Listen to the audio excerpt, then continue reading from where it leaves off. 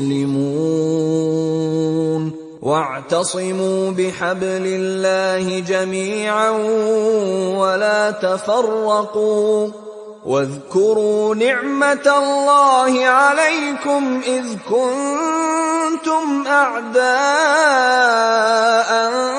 فألف بين قلوبكم فأصبحتم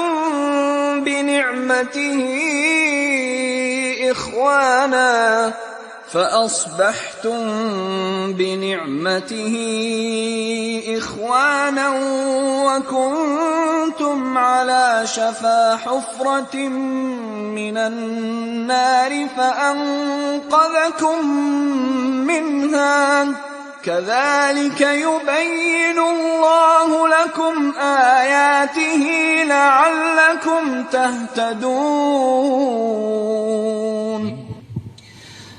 Assalamualaikum warahmatullahi wabarakatuh.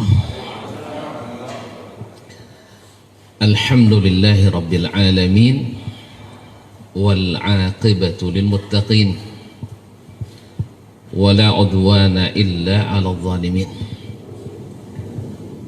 Ashhadu an la ilaha illallah wahdahu la syarika lah al-malikul haqqul mubin wa khaliqul khalqi ajma'in wa razikuhum wa ma min dabbatin fil ardi illa 'ala Allahi rizquha wa ya'lamu mustaqarraha wa mustawda'aha kullun fi kitabin mubin.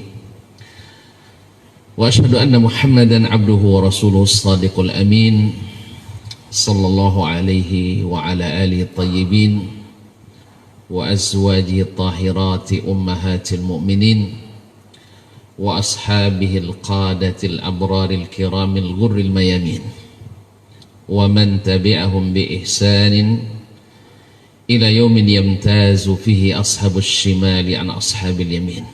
Amma ba'du, fa ussi nafsi wa iyyakum ayyuhal hadirun wa ayyatuhal hadirat bitaqwallahi azza wa jalla tafuzu indallahi yawmiddin.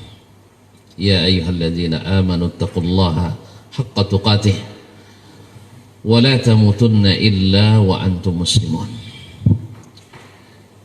Yang kita hormati, kita ta'zim abuya kita, ketua umum kita, senior kita, Bapak Profesor Dr. Ki Haji Nazir Karim MA hafizahullah wara'ah, sebagai Ketua Umum Majelis Ulama Indonesia Provinsi Riau. Semoga senantiasa diberikan taufik oleh Allah. Yang saya hormati dan saya muliakan Ketua Komisi Kerukunan Umat Beragama sekaligus juga Kepala Kantor Kementerian Agama Kota Pekanbaru. Insyaallah besoknya Kanwil lagi, besok Menteri Agama. Sebagai ketua yang menaja bersama para anggota kegiatan dialog ini, kemudian para pengurus, para ustadz, para ustazah, para tamu undangan yang senantiasa mudah-mudahan dalam penjagaan Allah Subhanahu wa taala. Adalah suatu kemuliaan di saat kita bertemu dengan para tokoh, para ulama, para tokoh, para rijal, karena ini mengasah pikiran kita, melatih dan membersihkan adab dan etika kita. Berkata Imam Malik rahimahullah, mulaqatur rijal liqahul lil uqul. Bertemu dengan orang-orang besar itu, maka ini merupakan mengasah akal-akal kita. Terus terang ketika saya ditelepon oleh Buya Dahlan, senior saya di Darun, untuk menjadi salah satu narasumber. Saya belum tahu bahwa di situ ada juga Buya kita. Saya hanya membayangkan bahwa masih banyak yang lebih tokoh, lebih mumpuni, lebih pakar daripada saya. Maka saya sedikit menolak, walaupun hati gembira juga dikit. Karena bertemu dengan tuan-tuan dan puan ini kemuliaan, mudah-mudahan minimal menghapus dosa saya dan baik kepada Allah maupun kepada tuan-tuan sendiri. Sekarang pasti sudah memaafkan saya semuanya. Entah setelah saya bicara nanti, saya tidak tahu. Nah, ini serius nih Bapak, tuan-tuan. Sebab bicara depan orang yang sedang marah tak bagus, kata ahli hikmah. Masih ada yang marah, tak kan? Alhamdulillah. Ada Buya. Saya biasanya banyak belo-belo. Ibarat film itu ada cerita dalam cerita. Jadi bertemu dengan mengikuti, saya itu harus sabar gitu. Kalau enggak bisa salah mengerti. Tapi sekarang kayaknya dipaksa untuk to the point. Para kiai, para ustadz, para buya yang saya muliakan, tentu saja Allah Subhanahu wa ta'ala berikan kita perbedaan-perbedaan dalam memahami, dalam mengolah, dalam memilah dan memilih. Oleh sebab itu, maka perbedaan atau ikhtilaf itu adalah sesuatu yang niscaya, sesuatu yang merupakan sunnatullah, tak bisa dielakkan. Apa yang dimaksud dengan ikhtilaf? Kalau secara bahasa tentu maknanya diddul ittifaq, lawan dari ittifaq. Kemudian dari sisi istilah adalah ayattakhidha kullu wahidin syai'an ala khilafi makhtarahu ghairuh aw akhar min halin aw qawlin aw ghairi dhalik, yaitu perbedaan pilihan atau jalan ditempuh oleh seseorang berbeda dengan yang dipilih oleh yang lain.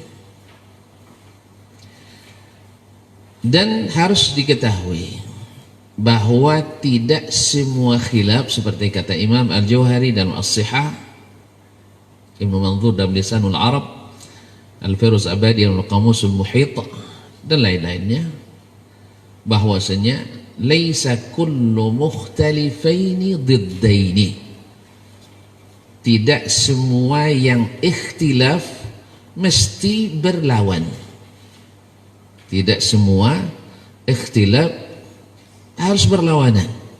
Ini wajib dipahami oleh kita, bahwa tidak semua ikhtilaf itu berlawanan, karena bainahuma umumun khusus. Walakin kullu diddaini labudda an yakuna mukhtalifaini. Tapi setiap yang berlawan pasti berikhtilaf, berbeda. Oleh itu, Bapak para Ustaz, ini ibarat mengajar buat tentara berbaris saya ini, ibarat maju sonduk makan dadio. Tapi kata Allah, wa zakkir fa inna dzikra tanfa'ul mu'minin. Ini sisi makna ikhtilaf. Kemudian apa yang dimaksud dengan kajian hadis? Kajian hadis maknanya adalah memandang ikhtilaf ini dari sisi hadis atau dari sisi ahli hadis. Dari sisi hadis, bagaimana hadis mengungkapkan ikhtilaf, dan bagaimana pula para ahli hadis menyikapi ikhtilaf. Ini seperti kata Buya tadi, panjang ceritanya. Iya, karena di antara ahli hadis sendiri nanti tentang hadis sendiri ada juga ikhtilaf. Walaupun tidak semua ikhtilaf mesti berlawanan. Rawi berbeda riwayatnya rawi yang lain, tapi tidak mesti bertentangan. Ada yang namanya ziyadatul thiqah, ada yang namanya ta'arudul wasli wal irsal, al-waqfi wal rafa. Tidak semua yang bertentangan atau berlawan ini atau berbeda ini ditolak semuanya. Karena ada bisa, seperti kata Ibnu Hajar, al-jam'u ma amkan ahabbu ilaina. Mengkompromikannya selama masih mungkin lebih dicintai daripada mentarjih, amalkan sebagian, tinggal sebagian yang lain.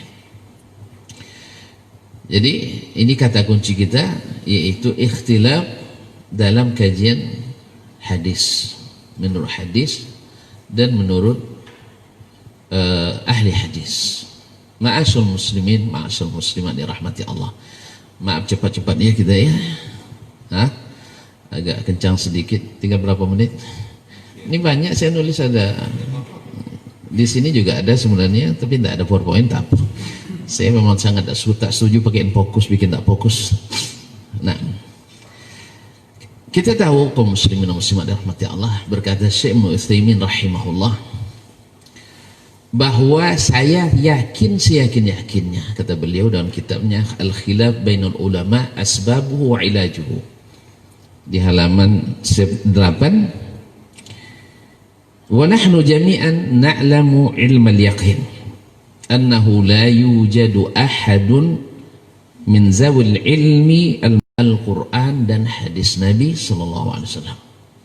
Selama dia seorang alim dan mawthuq, amanah dalam menyampaikan ilmu, tak mungkin sengaja untuk berlawanan dengan dalil atau tunjukkan dalil dalam Al-Quran maupun hadis Nabi alaihi salatu wassalam. Oleh sebab itu, maka bila terjadi kesalahan dari seorang alim menurut hadis Nabi atas dasar ijtihad, maka dia tetap berpahala walaupun salah kalau dia alim, dan sebaliknya kalau dia benar maka dia dapat 2 pahala. Nah, kalau demikian seorang alim boleh salah, boleh betul, karena ada salah, ada betul. Yang betul dapat 2, benar dan pahala ijtihad. Yang salah dapat 1. Oleh itu, maka kita kepada yang betul, maka wajib membetulkan. Dan kepada yang salah, kalau kita punya keahlian, mesti menunjukkan yang benar. Dan harus dibedakan antara menghukum al-qawli, perkataan, wal fi'li, perbuatan, atau lazimul qawli, konsekuensi dari perkataan. Beda dengan menghukum al-fa'ili wal qaili wal multazim. Jadi menghukum ini salah tidak serta-merta menghukum orangnya salah dengan makna berdosa. Sebab apa? Ketika Nabi alaihi salatu wassalam dalam hadis riwayat banyak perawinya, di antaranya Imam Ahmad, Abu Dawud, At-Tirmizi, An-Nasai, Abu Ya'la Al-Mawsili dan lain-lainnya, dan lafaznya sampai dikatakan oleh Al-Kattani, Abdul Aziz Al-Kattani, sampai mutawatir hadis ini. Walaupun sebagian ada yang menolak, tapi hujjah yang menolak ini lemah karena masyhurnya hadis ini, yaitu hadis yang tidak baca nasnya secara sempurna karena mengambil waktu. Sataftariqu hadhil ummah ala 73 firqah, akan berpecah umat ini menjadi 73 golongan. Kulluha fil jannah, finnar, a'udzubillahi minan nar. Semuanya masuk neraka kecuali 1. Hadis ini mengandung 2 makna. 1, bahwa al-haq itu wahid la yata'addad, Yang benar itu bila terjadi khilaf tadat mesti satu, tidak mungkin dua. Sebab Nabi hanya mengatakan satu. Jadi kalau ada pertentangan yang tidak bisa dijamak disatukan, pasti yang benarnya hanya satu, tidak mungkin dua.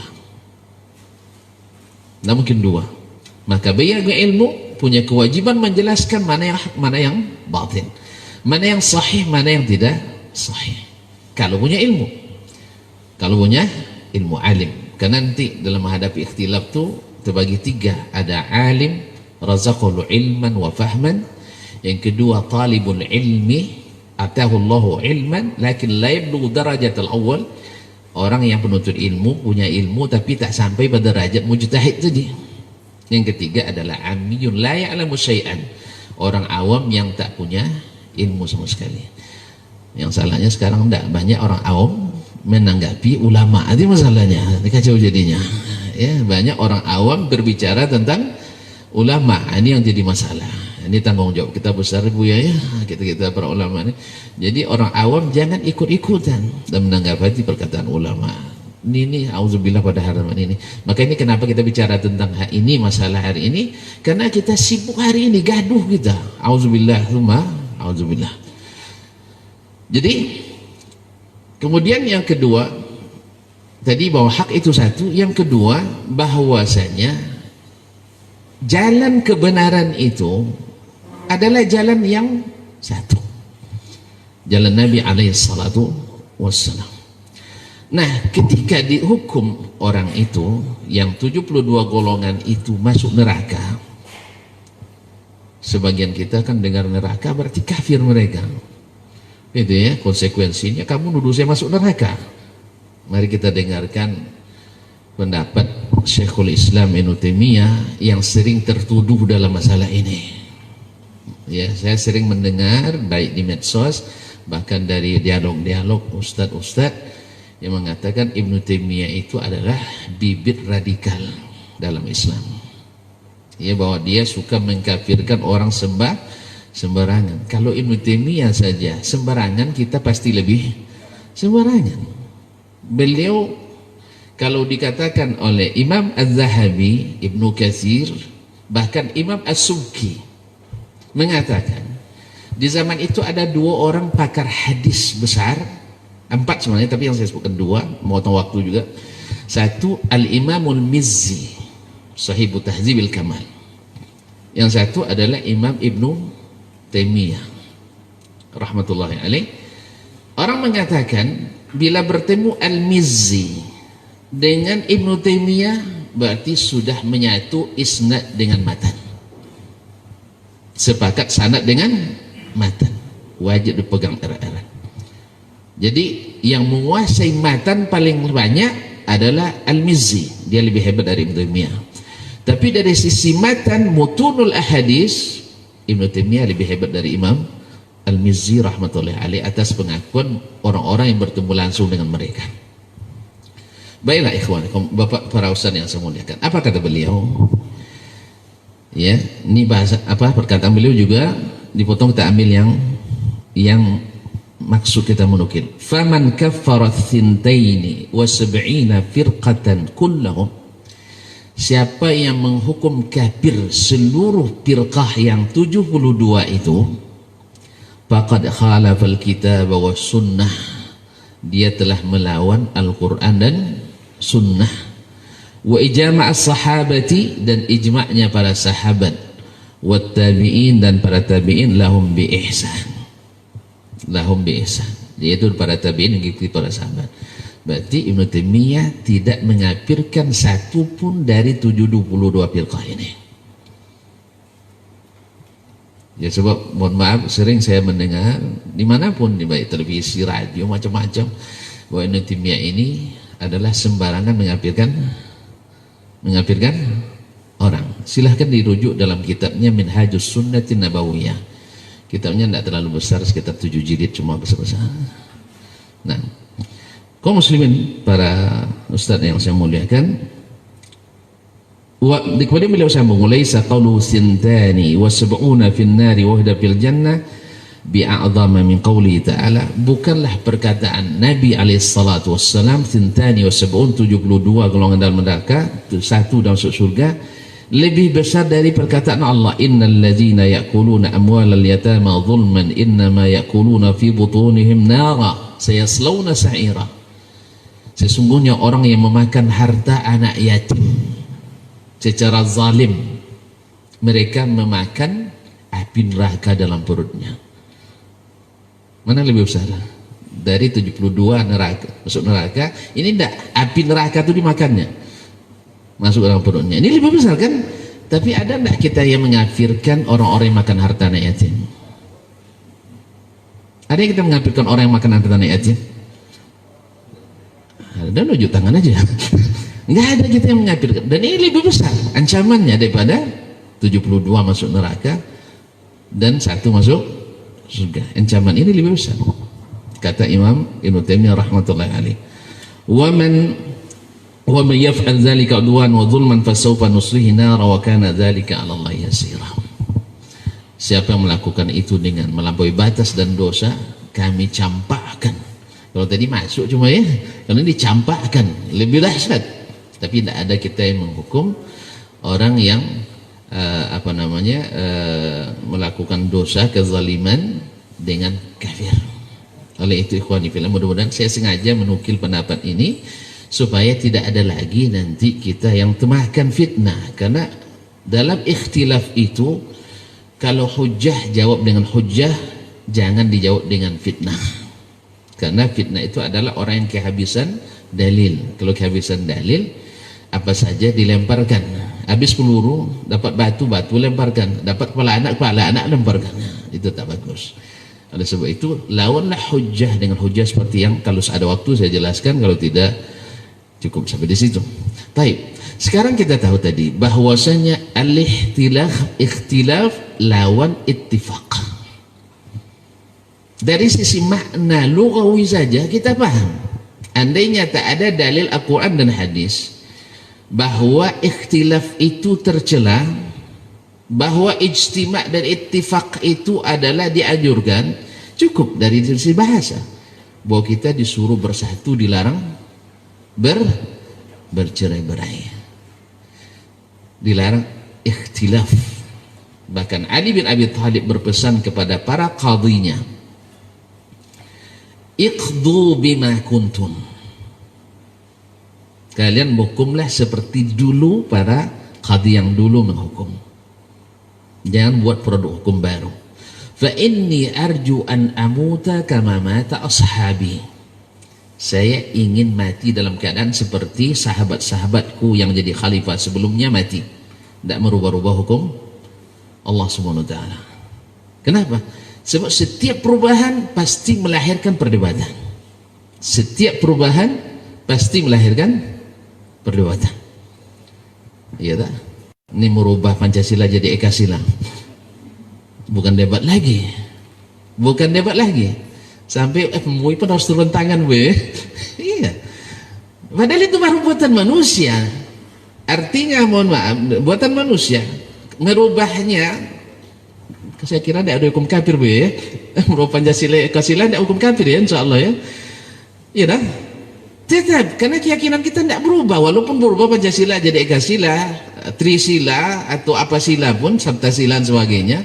Insya Allah iman orang beriman tak berubah, iya kan Ustaz ya? Kecuali orang-orang beriman tuh, makanya kita yang beriman ini punya kewajiban mengawasi saudara-saudara muslim kita, jangan sampai mereka disesatkan. Dan kita saja bisa saja, apalagi orang yang di bawah kita. Makanya MUI punya tindakan tegas bahwa harus berusaha keras dan berjuang, berjihad dalam konstitusi ini, jangan sampai ini berubah. Sebab apa? Kalau berubah, hilanglah keyakinan umat beragama di negeri ini. Maka wajib kita berusaha keras dengan segala kemampuan yang kita miliki. Ya minimal doa, ya Ustaz, padahal doa itu paling besar sebenarnya, silahul mu'min. Baik. Jadi ikhtilaf pada asalnya mendatangkan, bisa menghasilkan furqah. Maka Nabi alaihissalatu wassalam salah satu daripada doanya, doanya yang tak diterima, tak dikabulkan adalah alla yaj'ala ba'sahum bainahum. Nabi minta 3 di Masjid Bani Muawiyah selesai perang Zatir Riqah. Beliau singgah di masjid dan salat sunat di situ, berdoa dan diaminkan oleh para sahabat. Minta 3. 1, jangan sampai umatku dihancurkan dengan bencana. Allah terima. Jadi umat Islam tak akan hancur, insya Allah tidak akan hancur seluruhnya, tapi sebagian di sini mungkin. Nah, kita juga harus punya usaha untuk tidak. Yang kedua, Nabi minta jangan sampai ditenggelamkan seperti topan Nabi Nuh dan sebagainya, atau tenggelamkan seperti umat Nabi Lut. Dijawab oleh Allah, diterima. Tapi yang ketiga, jangan sampai mereka terjadi fitnah di antara mereka. Fa'abadzalik, itu tidak diterima. Walillahi fi ibadihi syu'un. Allah punya hikmah, tentu ada hikmahnya menguji siapa di antara mereka kita yang istiqamah dan lulus ujian. Ujian itu memang berat, iman kita itu diuji berat. Baik, Nabi sudah prediksi umat akan terpecah, kemudian ikhtilaf akan banyak terjadi.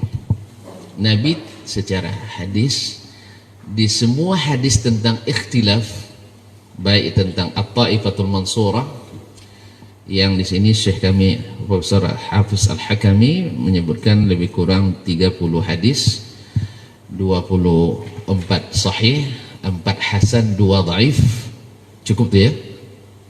Kemudian tentang hadis luzumul jamaah, beliau menyebutkan sekitar 24 hadis, semuanya atau 1 dhaif dan selebihnya sahih, yang semuanya memberikan kita jalan keluar daripada khilaf. Jangan sampai beranjak kepada furqah, karena tadi kita katakan khilaf tidak selamanya furqah. Berarti ada khilaf yang boleh, ada khilaf yang tidak.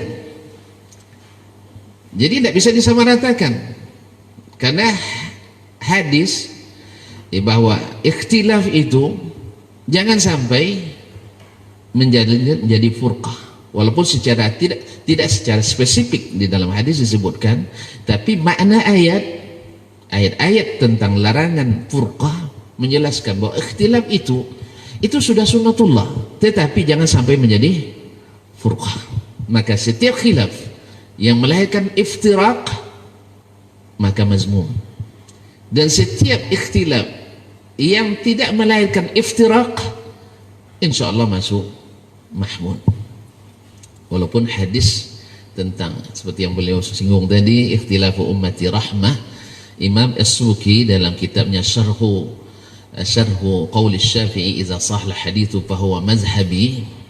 Saya sudah bolak-balik buku, nanya ke sana sini ke guru, katanya tidak menemukan hadis ini punya sanad baik sahih, hasan, dhaif, bahkan palsu, kata beliau. Tidak ada sanadnya dari Nabi sallallahu alaihi wasallam. Tetapi Imam Al-Baihaqi meriwayatkan dalam kitabnya Al-Madkhal ila Sunanil Kubra, hadis ini sampai ke Nabi alaihi salatu wassalam. Cuman pada sanad Ibnu Abi Samad, beliau ini adalah matrukul hadis, muttaham. Beliau ini adalah matrukul hadis dan muttaham, tertuduh memalsukan hadis. Kemudian ada sanad rawi yang majhul di dalamnya yang tidak diketahui. Intinya, di samping memang perintah Allah untuk kita tetap bersatu, hadis-hadis menyuruh kita bersatu dan melarang ikhtilaf, dan ditambah lagi dengan makna lugawi dan istilah bahwasanya makna ikhtilaf diddu al-ittifaq.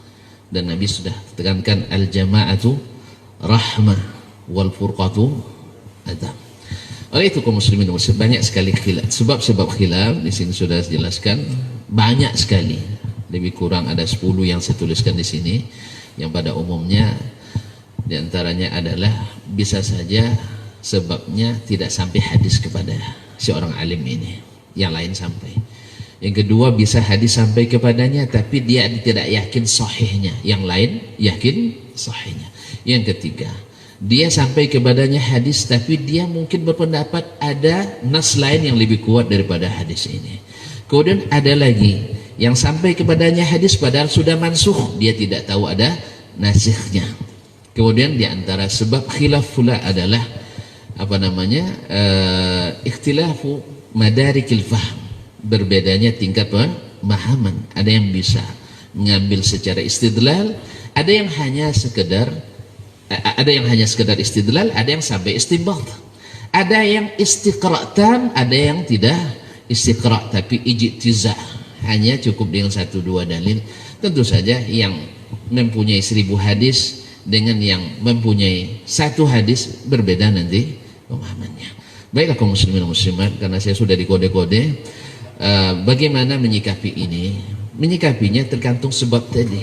Kalau seandainya sebabnya karena hadis tidak sampai, sampaikan hadis kepadanya.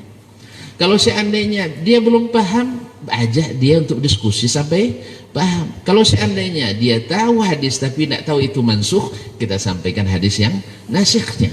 Kalau seandainya masuk dari babul mukhtalifil hadis, lalu dia memahami seperti ini, dan dua-duanya bisa diterima, ya berlapang dada di antara kita. Jangan sampai tafarruq. Akhirnya saya sampaikan firman Allah, pesan Allah SWT, wala takunu kalladzina tafarraqu wakhtalafu min ba'di ma ja'ahumul bayyinat.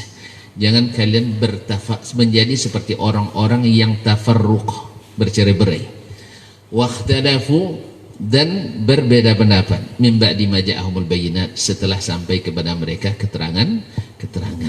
Nah, keterangan ini apa? Keterangan di zaman Nabi itu jelas, karena Allah sebutkan huwallazi arsala rasulahu bil huda wa dinil haqq. Al huda adalah petunjuk. Kalau petunjuk berarti menjadi jalan supaya tidak sesat. Dan kalau tidak jelas zaman Nabi berarti belum sampai petunjuk. Kemudian al haqq berlawan daripada batil. Seluruh yang datang dari Nabi alaihissalam itu adalah haq, dan seluruh yang bercanggah dengannya adalah batil. Ada pula yang menukil ijma' sebaliknya, yaitu bahwa anaknya wajib disembelih, dan ini ijma'. Aneh ya, ini menukil ijma' dan sebagainya. Maka ijma' tidak selamanya benar, apalagi berkaitan dengan firaq, dengan golongan-golongan, karena biasa ijma' menurut dia adalah ijma' ulama di sekitar dia, bukan ijma' seluruh kaum muslimin dan ulamanya. Mohon maaf, tak bisa menyampaikan semuanya, dan hanya ini mudah-mudahan bisa dikembangkan kata beliau dalam dialog nanti. Wassalamualaikum warahmatullahi wabarakatuh. Assalamualaikum warahmatullahi wabarakatuh. Baik, luar biasa. Bu ya, dengan izin Allah Subhanahu wa taala, bagaimana kita disuruh berdakwah dengan hikmah. Bagaimana kita sampai pada hikmah sampai kita menerapkannya. Sekarang kita nak tahu dulu hikmah itu apa. Hikmah itu dari akar katanya dari hakama, yahkumu, dan di antara makna al-ihkam atau al-makna al-hukum adalah at-tamakkun wal-itqan, itu benar-benar kemudian profesional. Maka para ahli lughas di antaranya dalam risalah akan ditemukan bahwa al-hikmatu maknanya adalah isabatul haqq. Jadi hikmah kalau kita kan kebijakan ya, kebijakan kadang-kadang ada yang tidak bijak, banyak kebijakan yang tidak bijak, melanggar aturan kadang, tapi dinamakan juga kebijakan. Nah, apakah ini hikmah terjemahan dari kebijaksanaan di sini, atau hanya kebijakan yang merupakan kuasa kita yang kita gunakan, yang itu keluar daripada aturan dasar? Disebut juga kebijakan biasanya kita. Imam Al-Ghazali rahimahullah menafsirkan al-hikmah itu, beliau juga punya kitab tentang al-hikmah, dan beliau ulang juga dalam kitabnya Tazkiyatun Nufus. Beliau mengatakan al-hikmatu fi'lu ma yanbaghi fi ma yanbaghi ala ma yanbaghi. Oh, kama qala rahimahullah ta'ala, yaitu melakukan sesuatu yang mesti dilakukan terhadap sesuatu yang patut dilakukan dengan cara yang patut pula. Nah, kalau kita melihat dari maratibu al-amri bil ma'ruf wa nahyi anil munkar kan ada 4 itu. Yang pertama yang berkaitan dengan ingkar munkar, pertama bila diingkari hilang kemungkaran sama sekali tanpa mudarat. Ini kan wajib. Ini hikmahnya di sini wajib.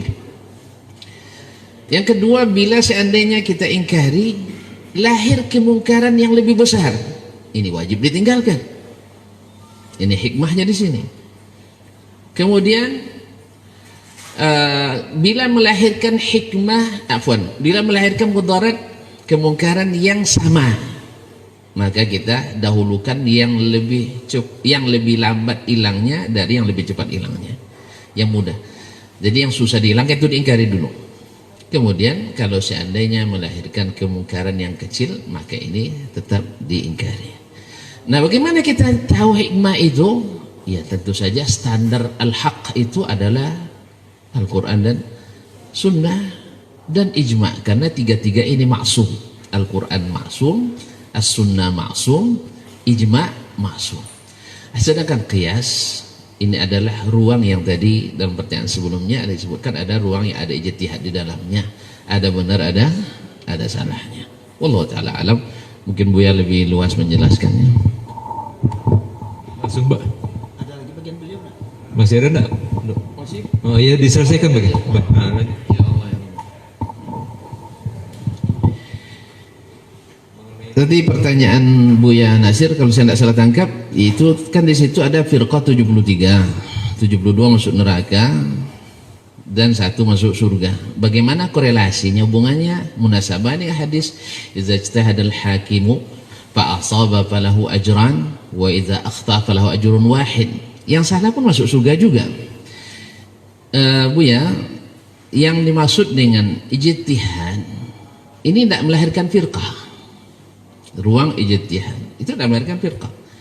Yang firqah itu lahir karena menyalahi, mukhalafah, yang artinya menyalahi dalil, keluar daripada luar lingkup dalil, sehingga melahirkan baik keyakinan maupun amalan yang di luar Islam atau di luar yang diajarkan oleh dalil Al-Quran dan Sunnah. Tapi kalau masalah ijtihad ini biasanya tidak melahirkan firqah. Itu ada ijtihad yang kadang-kadang sifatnya adalah ikhtilafun suri, yaitu tanawu dalam bahasanya.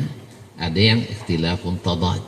Ikhtilaf tadad ini biasanya yang satu mungkin sama-sama punya dalil, atau satu punya dalil dari Al-Quran nas, satu dari ijtihad dan sebagainya. Nah, ini yang dimaksud dengan yang salah dapat pahala. Kemudian tidak semua boleh berijtihad. Kan al-hakim atau dalam riwayat lain al-alim, ya ulama yang memang ahli ijtihad. Kita kalau orang awam jangan disuruh ijtihad, hasilnya jahat nanti. Ini yang melahirkan firqah. Ijtihad orang-orang tidak berilmu yang melahirkan firqah itu. Maka kebanyakan firqah aliran sesat itu lahir dari orang yang tidak berilmu, bukan tidak pintar. Harus dibedakan antara pintar dengan berilmu. Rata-rata aliran sesat orang pintar yang buat, tapi tidak berdasarkan ilmu. Dulu 2004 saya masih di Madinah, saya baca rilis MUI pusat. Tolong betulkan Bu ya kalau saya salah. Itu aliran sesat di Indonesia yang tercatat di MUI pusat yang mengembalikan formulir itu 240 lebih. Kemudian setelah pulang saya ke Indonesia 2014 Desember, kalau saya tidak salah baca lagi, lebih dari 400. Naik terus aliran-aliran sesat di negeri kita ini. Wallahu a'lam. Itu akibat daripada ijtihad orang-orang yang bukan ahlinya. Tadi Syekh sudah menjelaskan, menghadapi masalah ini ada 3 golongan orang. Satu, alim yang Allah berikan ilmu dan pemahaman yang dalam. Yang kedua, talibul ilmi, penuntut ilmu. Dan kita rata-rata ini ya, seperti saya ini baru penuntut ilmu, Pak. Ya, penuntut ilmu yang diketahui sebagian kecil, sebagian besar tidak ketahui kita. Ada satu yang dalam, kebanyakannya dangkal. Maka di sini kita perlu bertanya kepada yang lebih ahli di bidang apapun. Kalau tentang corona tadi ahli kesehatan, yang ustadz bicara corona. Ini kan banyak kacau sekarang gara-gara ustadz bicara tentang corona. Ini makanya ini mengambil bidang yang bukan bidang kita. Akhirnya terjadilah khilaf. Ada yang mazhab konspirasi, Ada yang mazhab setengah percaya setengah tidak, dan ada mazhab yang percaya dan taat aturan yang ditentukan. Baiklah, barangkali bisa data jawab ya. Nah, orang yang 73 tadi tidak kita kafirkan. Siapa yang mengkafirkan, dia berhadapan dengan Al-Quran, berhadapan dengan hadis, berhadapan dengan ijma'nya as-salaf, sahabat dan para tabi'in. Ini ijma', mereka bukan kafir. Dan mereka terancam masuk neraka, bukan berarti si fulan berbuat ini firqah sesat lalu langsung masuk neraka, tidak. Yang salah paham, karena tadi dibedakan menghukum perbuatan dengan menghukum orangnya. Kita menyalahkan atau menyampaikan menghukum perbuatannya, orangnya belum tentu. Ada lagi hal-hal yang harus dipertimbangkan. Ada kaidah, kalau tuan-tuan mau juga di sekitar ini dijelaskan ta'amul ma'al mubtadi'. Jadi tidak satu derajat.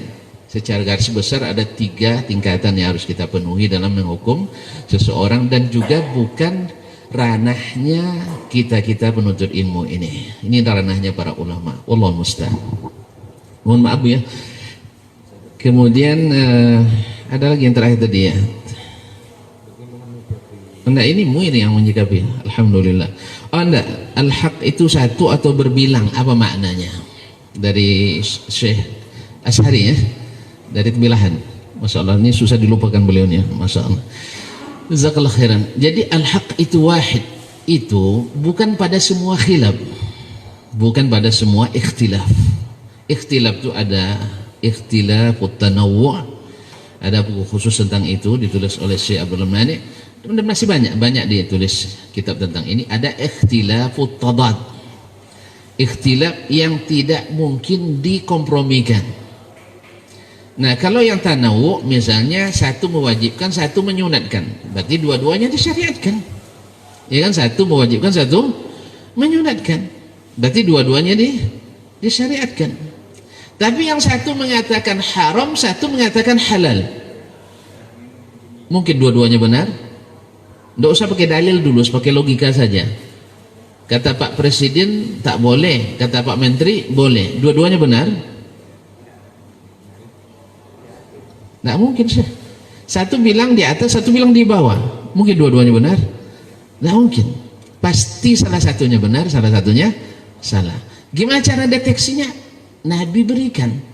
Nabi kan. Ada Al-Quran, ada hadis, ada ijma'. Kalau qiyas tetap akan ikhtilaf. Ya, ada yang ijma' qiyasnya, ada yang ikhtilaf. Tapi kalau yang namanya ijma' maksum, sunnah maksumah, Al-Quran maksum. Tapi kalau kembalikan lagi kepada pendapat, ikhtilaf atau tidak akan terangkat. Jadi, nah ruang kita ikhtilafut tanawwu' inilah yang kita harus saling memahami, saling berapa.